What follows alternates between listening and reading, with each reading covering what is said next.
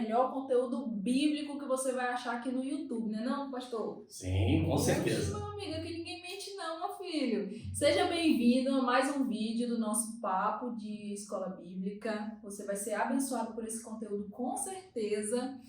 Por que não deu like ainda, meu irmão? Dá um like aí no nosso vídeo, meu filho. Se inscreva no nosso canal.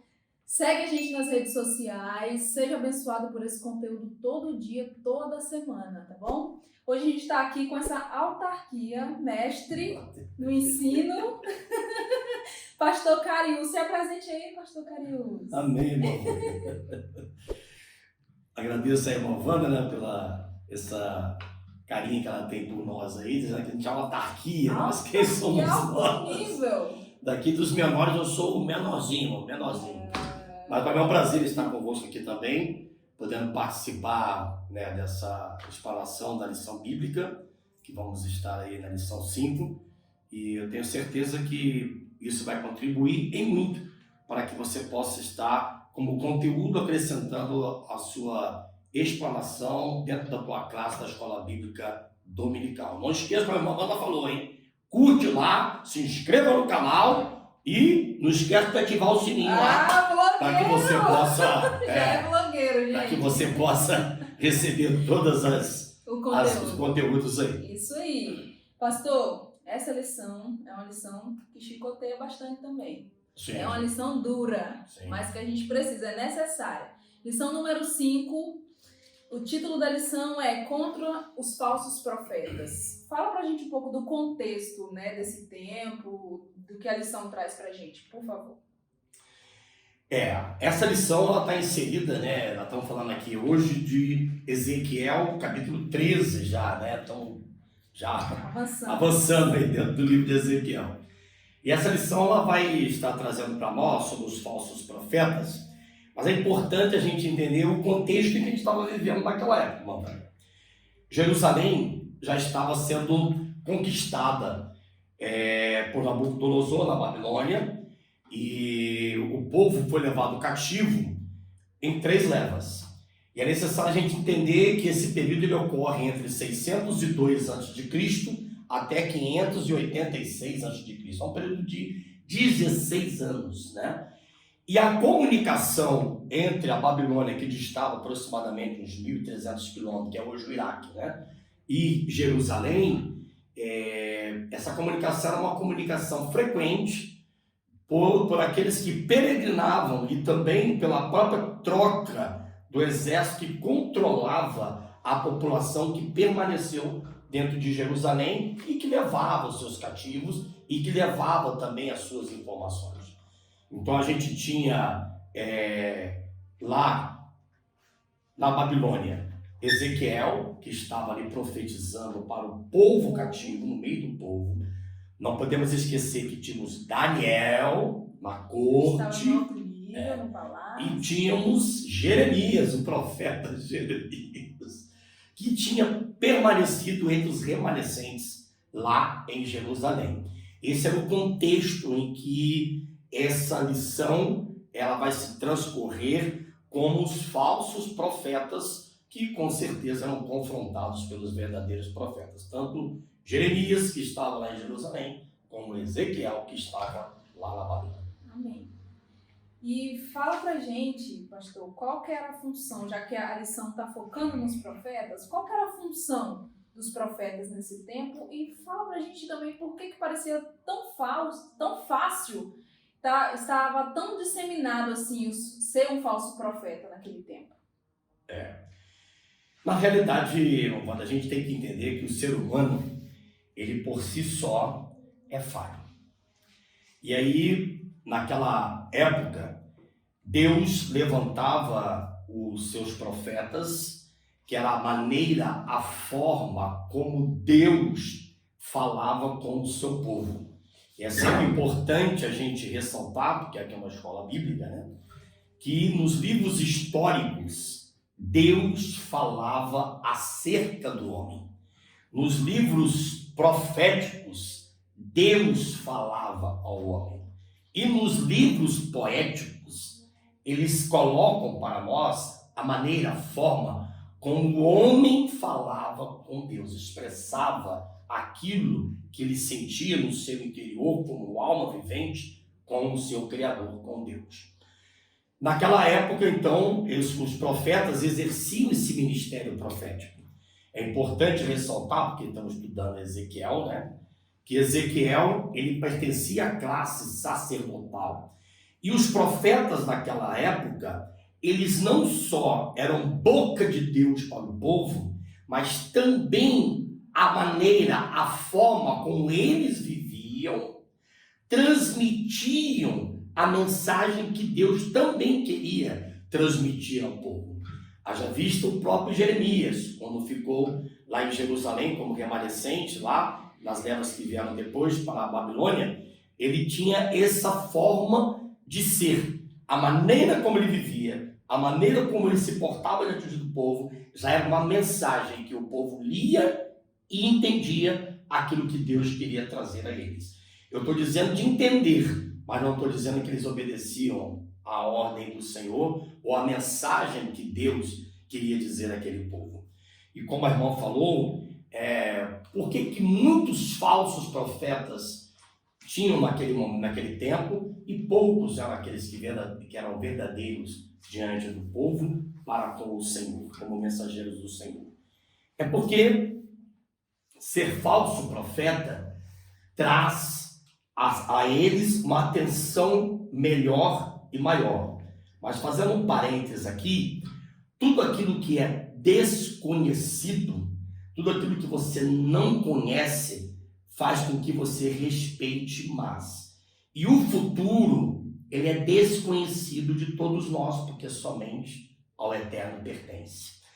E esse descortinar de um futuro por parte de alguém, trazendo algo que vai acontecer amanhã, ou no futuro próximo, ou distante em nossas vidas, para o presente de hoje, traz a você uma confiança em que você pode viver e as coisas boas, ou até mesmo não boas, que aquela pessoa te falou, poderão acontecer, mas você está prevenido para elas.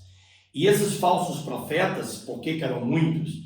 Porque eles traziam a mensagem não de confronto, não uma mensagem da parte de Deus trazendo aquele povo a estar alinhado com os preceitos do Senhor. Eles traziam a mensagem que agradava ao ser humano. A natureza caída nossa, nós sabemos, nos leva ao erro, nos leva ao pecado. Eles traziam aquela mensagem que massageava, agradava a natureza caída. Por isso, eram acolhidos na benevolência de quem recebia aquela mensagem. Por isso, eram muito numerosos. Então, o tempo era de mensagem dura, mensagem de correção, né? Havia essa necessidade para o povo. Eles ignoraram a necessidade, né, espiritual de correção do povo para fazer exatamente o que o senhor disse, massagear, para né, inflar o ego, para fazer aquilo que estava dentro do coração deles. Então eles trocaram, né, a correção pelo que eles pensavam ser melhor do que a correção, que seria melhor do que a correção de Deus, né? Então, às vezes uma mensagem que não é de correção, mas que abranda, diz como você é lindo, nossa, como você é perfeito, é gostoso de receber, mas não é o que a gente precisa, né? Sim.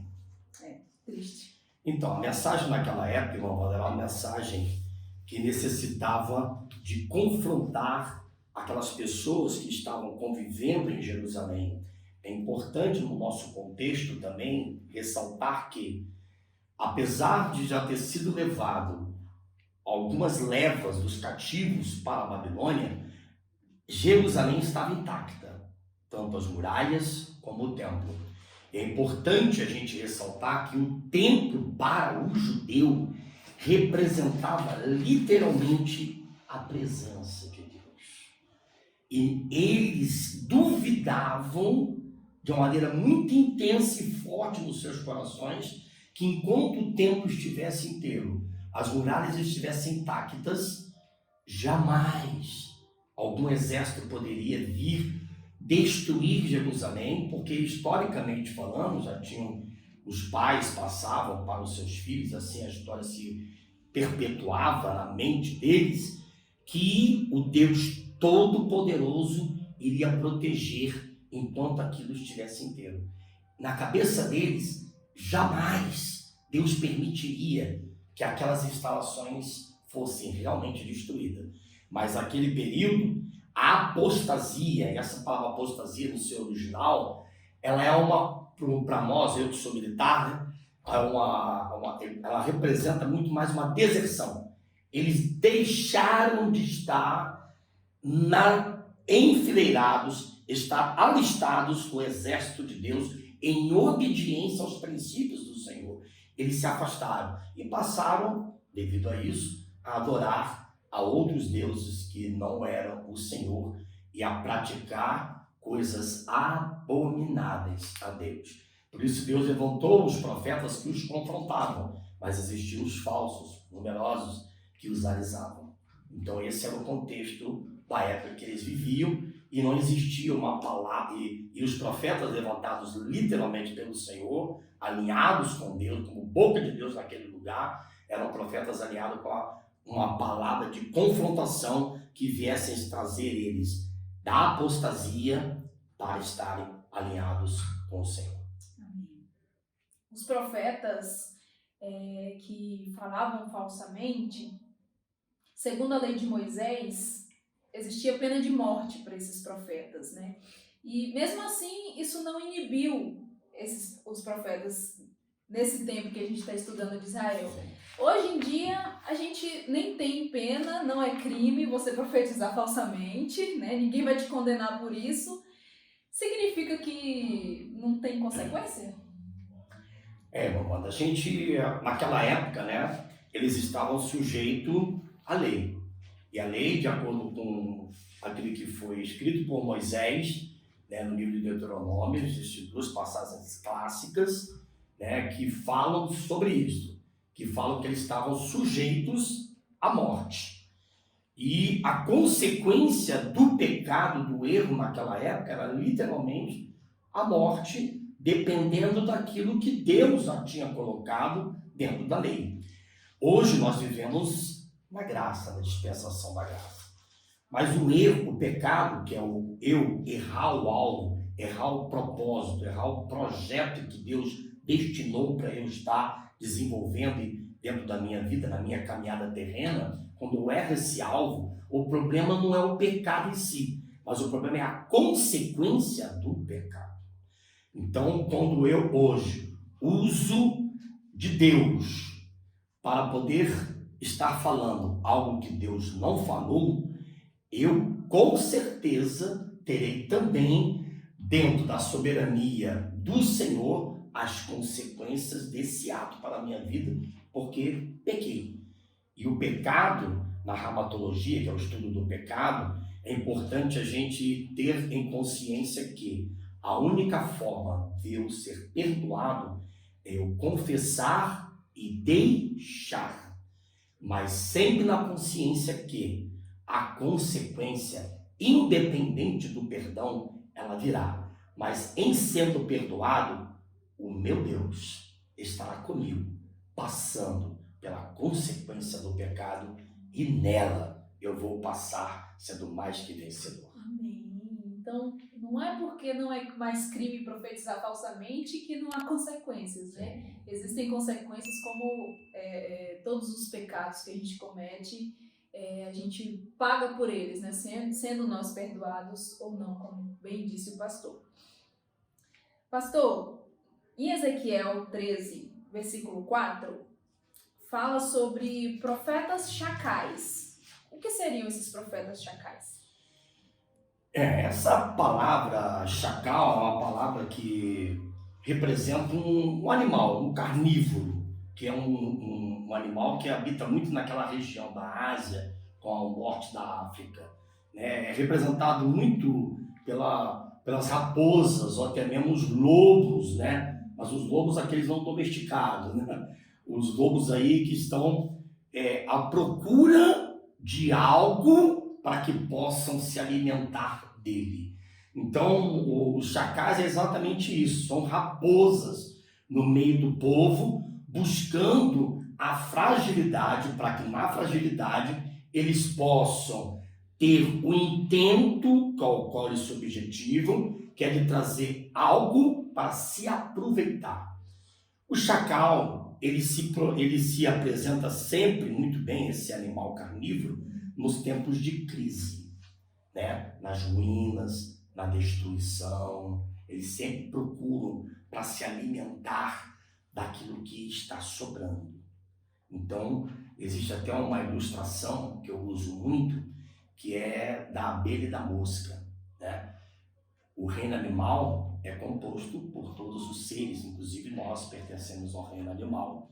Mas é importante a gente ressaltar que nos insetos a mosca pertence também e a abelha também pertence. Qual é a diferença? É que a abelha, ela procura em ambientes que muitas vezes nós não queremos e gostamos, que é charcos, né? Pequenas flores que saem, se sobressaem para colher ali o seu material, e esse material produz o mel. E a própria Bíblia diz que o mel é bom para a vida, né? Já a mosca não, ela procura em corpos sadios e sãos pequenas feridas, né? E nela ela colhe o seu material para se alimentar dela, e ao fazer isso, muitas vezes ela deposita coisas não boas, e essas coisas não boas podem adoecer todo aquele corpo e até mesmo causar a morte. O chacal é exatamente isso. Ele procurava sempre em ambientes de crise, em vez de produzir vida, ele na verdade produzia a morte através da sua palavra profética. Por isso esse termo chacal, né? Que é um raposão, as raposas, seres carnívoros que procuram em ambiente de crise tirar o proveito daquilo que já quase não existe, está à beira da morte.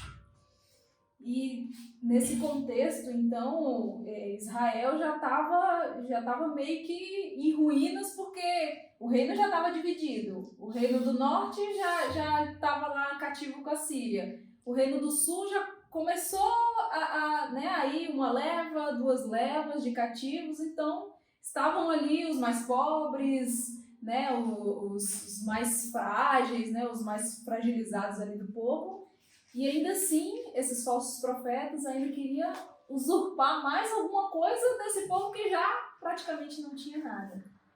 Por isso essa comparação com os chacais. Sim. É importante a gente saber também, Movanda, que Deus, nesse tempo, já havia sentenciado a destruição de Jerusalém e a destruição do templo. Não tinha mais volta. Então não tinha mais volta. Era uma sentença de Deus. Porque Deus, conhecendo o coração daquele povo remanescente que ficou lá, Deus conhecendo o tipo de adoração em que eles estavam fazendo, realizando, Deus já havia sentenciado. E a única forma de Deus amenizar esta sentença era que aquele povo se arrependesse. Por isso os profetas profetizavam o arrependimento. Arrependei-vos, arrependei-vos.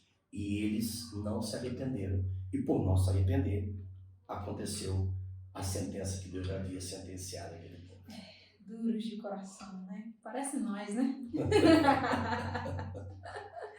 Pastor, o livro de Naum, o capítulo 1 e o versículo 3, ele diz que o culpado, entre outras coisas, o culpado Deus não tem por inocente. Nesse contexto de Ezequiel, Deus coloca a culpa da ruína de Israel, da ruína de Judá, de Jerusalém, também nos falsos profetas. Então Deus está aí colocando a culpa nos culpados. Então não é porque é profeta que ele está tendo por inocente, né? A culpa também era deles, porque eles trocaram a correção do Senhor, como a gente já falou, por palavras que vinham no seu coração, por palavras brandas, e não era um momento de palavras brandas. Só que eram palavras que vinham do coração dos profetas. Porque vinha desses corações deles, será que eles tinham boa intenção? E, né, se tinha ou se não tinha, qual que é o perigo da gente seguir o nosso coração? Então, Movanda, a palavra de Deus nos diz e nos ensina que enganoso é o coração do homem. E a gente tem que buscar estar alinhado com o coração do Senhor. Quando eu falo coração do Senhor, o próprio Salomão fala que a gente, sobretudo, deve guardar o nosso coração, porque dele procede as saídas para a nossa vida. E esse coração que a Bíblia se refere, né, na sua grande maioria, quase totalidade, não é o coração pulsante, o órgão do nosso corpo que pulsa sangue para as nossas veias e as nossas células. Ele fala da sede dos pensamentos, sentimentos e emoções, que é a nossa mente. Então, sobretudo, brinde, guarde a sua mente, porque dela procede as saídas para a tua vida. E quando a irmã fala, né, sobre que Deus não vai ter o culpado por inocente e nem o inocente por culpado, Deus, na sua soberania, ele está dizendo para mim e para todos nós que ele conhece e sonda os nossos corações. E ele sabe se há em mim algum caminho mau. Por quê? Porque ele esquadrinha a todo tempo as nossas vidas. Porque o mais importante, irmã Wanda, é a motivação de coração. Às vezes, diante das pessoas, como aqueles profetas, eu estou fazendo as coisas certas, mas no meu interior, a minha motivação não é legítima. Às vezes, diante das pessoas, eu estou fazendo as coisas que não são boas, como Jeremias profetizando o caos, a catástrofe se não se arrependessem, como Ezequiel profetizando lá na Babilônia, também que aquilo já era sentenciado por Deus, mas ninguém acreditava, mas a motivação deles era correta diante do Senhor. Para as pessoas, a aparência não, mas o coração diante de Deus era. Por isso que a gente tem que sempre procurar preservar e guardar o nosso coração. E a nossa motivação, a gente sempre poder identificar se ela literalmente é legítima diante de Deus, para que eu esteja fazendo as coisas boas, mas a minha motivação não seja eu estar buscando reconhecimento humano, como os falsos profetas tinham com um dos seus objetivos. E a outra é eu estar, na verdade, buscando não reconhecimento, mas agradar aquele que criou todas as coisas e a nossa vida também. Para ele não dá para fingir, né? Não dá. Pode tentar, mas não dá para fingir. Ele conhece o que está lá no profundo do seu coração. A gente percebe, eu percebo quando eu leio, que o que pegou esses falsos profetas foi a tentação de ser amado, de ter uma boa relação, digamos assim, com quem os ouve. É uma tentação que talvez seja atual, o Senhor vai me dizer se é ou não é. Então, essa tentação de ser amado por quem nos ouve, pelo mundo, isso foi realmente o que pegou e corrompeu esses profetas? Se sim, a gente ainda corre o risco de ser corrompido por essa tentação? Sim. E por que eu afirmo isso para a irmã e para todos aqueles que estão nos ouvindo? O ser humano, no estudo dele, da alma do ser humano, alguns estudiosos dizem que o ser humano, até acima do dinheiro, busca o reconhecimento pessoal. Então, o ser humano, ele, assim como aconteceu lá no céu, ele busca o reconhecimento para ser algo em que ele seja o foco principal daquela situação em que ele está vivenciando. E esse reconhecimento pessoal é algo que a gente tem que estar sempre vigiando em nossas vidas. Por que eu digo isso? Porque a maioria de nós, quando a gente já tem uma certa idade, a gente vai olhando para trás, olhando as circunstâncias que nos avizinham, você percebe que as pessoas, elas buscam para si algo em que não é dela, mas é daquele que colocou nela. É Deus. E isso fez com que os falsos profetas naquela época, e aí trazendo para os dias de hoje, tornassem elas visivelmente lisonjeadas por aqueles que a cercavam. Pessoas que, olha, que ó perigoso, esse ó é perigoso. E aí acabavam elas tendo dentro de si aquilo que não era um reconhecimento dela, quando tinham que ser creditadas a Deus. Só que o falso profeta, a mensagem dele, nunca será, por ser falso, uma mensagem genuína, uma mensagem de Deus.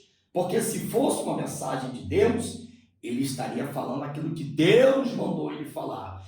E falando aquilo que Deus mandou ele falar, ele estaria reconhecendo aquilo que ele é diante de Deus, ou seja, a sua insignificância perto daquele que estava o instrumentalizando naquele momento em sua vida.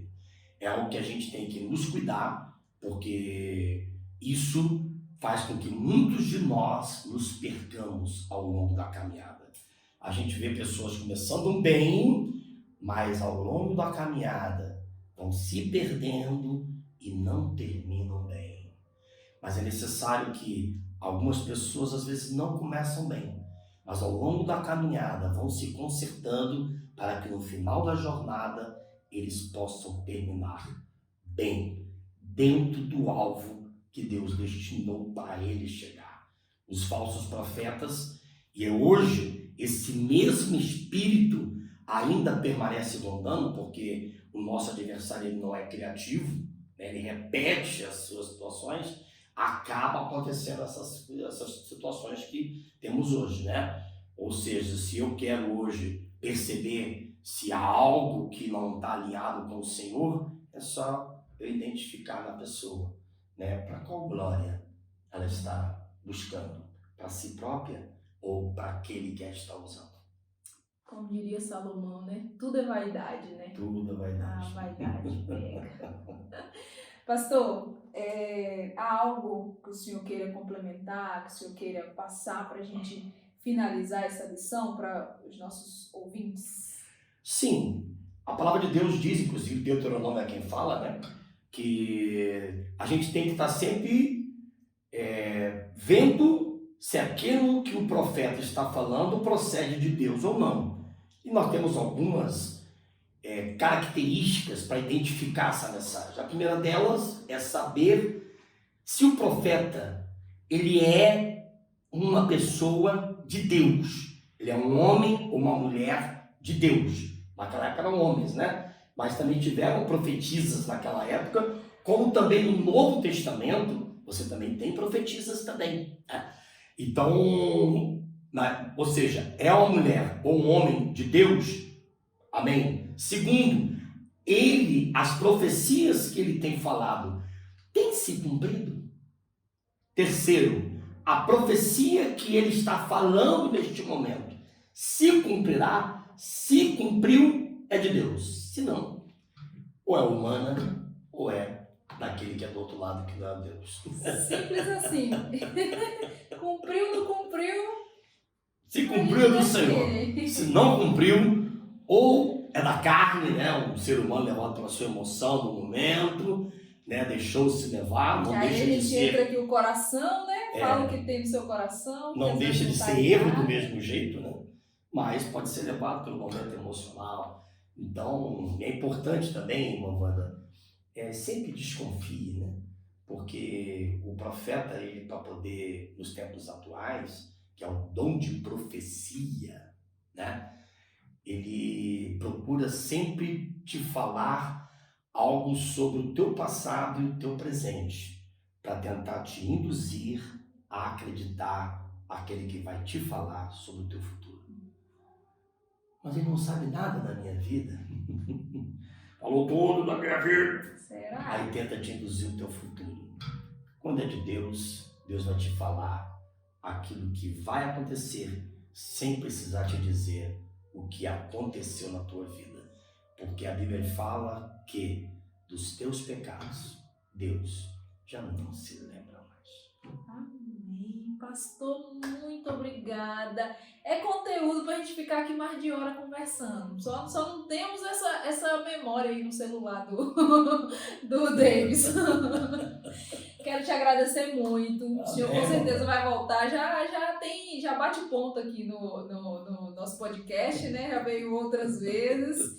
Conteúdo riquíssimo. Tenho certeza que vai abençoar a sua vida, vai abençoar a sua família. E a gente quer que você volte aqui na semana que vem para assistir a aula da semana que vem.